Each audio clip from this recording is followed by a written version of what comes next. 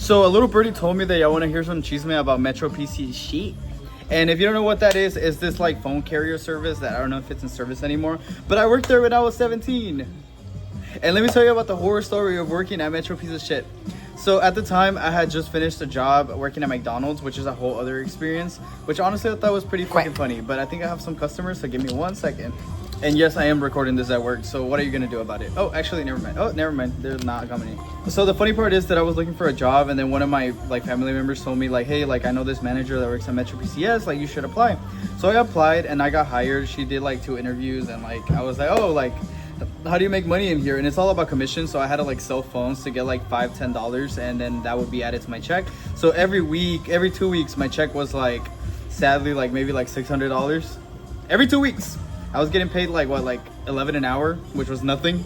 Anyways, the fun part is that I worked there with like a ton of Latinas. Like they were all real frail, skinny, and I swear we would order lunch. Like at the time I was trying to be skinny like them because I was like, if they're skinny, I need to be skinny. You know, like it's like a Metro piece of shit. Like, so I don't know. I just thought being skinny was like part of like the job requirements.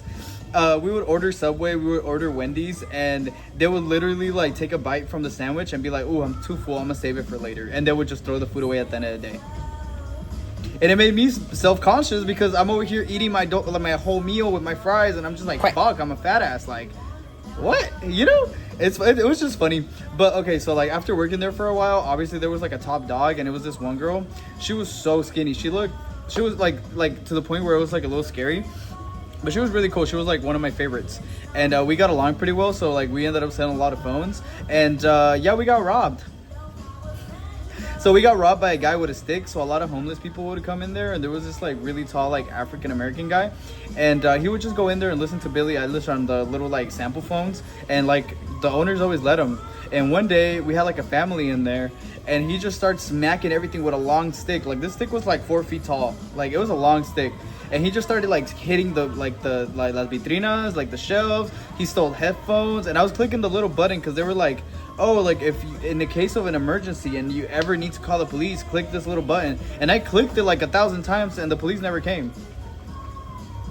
And I did duck because he was gonna whack me because I was telling him to leave because obviously I was the guy in the situation, so I needed to step up. But like he wasn't like complying, so I was just like, I'm not about to risk my life over. It's funny because it was with a fucking stick.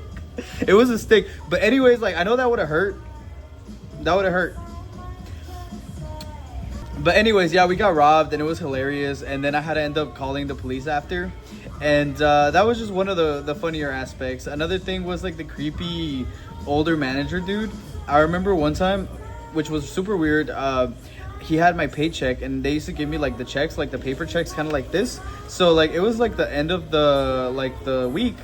And he had my check, and then I was like, hey, like, so we were closing up, and it was just me and him. And I think once a week, it was just me and him, and it was like when I got paid. So I was like, hey, can you give me the check? And like, I think y'all forgot to like give me my check. So he was like, you want this check? And then he like was like going like this, and I was like, give me my check. And like, I kind of followed him towards the back, and yeah, he like was like tackling me. But obviously in the back there was no cameras, so I was like a little weirded out. I was just like, okay. And he was like, take it here. And I was like, I grabbed the check, and then he like starts like yanking it, and I'm just like, bro, what is going on? Like, and then he kind of like slams me, not like super hard, but like towards the wall. And I was just like feeling very like like, you know, I was feeling a little weird. I was like, why are you like pressing up on me, like, you know? And I did get really weird vibes, but I mean, I don't know. It was just like I grabbed my check and I was like, oh, thank you. And I remember going home that day and telling my mom, like, I don't think I'm gonna be at this job for a while. Like, I think it's better for me to go. And it's funny because the next day after that, this is like, okay, I know it's like a long video, but this is the best part. I got transferred, well, for the like 2 days, I got transferred to another location in like close to that one. It was like 5 minutes away. And I got there and there was 2 new girls, like 2 new characters, 2 NPCs. And I was like, oh, like I ended up selling the phone.